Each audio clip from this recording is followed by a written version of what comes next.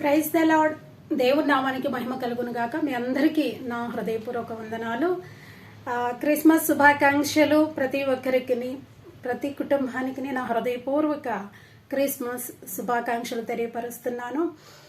నేడు రక్షకుడు మన కొరకు పుట్టి ఉన్నాడు కాబట్టి అందరం ఆనందిద్దాం, సంతోషిద్దాం.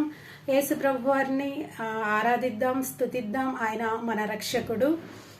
మీకు, మీ కుటుంబాలకు క్రిస్మస్ శుభాకాంక్షలు.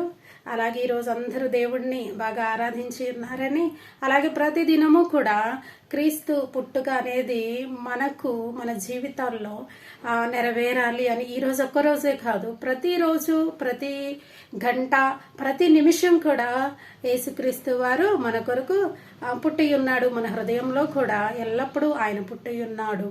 ఇది విశ్వసిద్దాం, సమాధానంతో ఉందాం.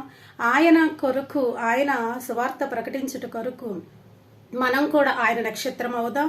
అలాగే మనము కూడా ఆయన నామాన్ని ప్రకటించే దూతలాగా అనేకులను ఆయన వద్దకు నడిపిద్దాం.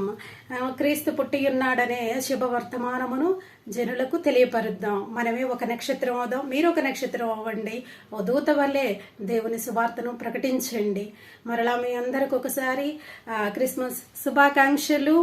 అందరూ హ్యాపీగా ఉండండి.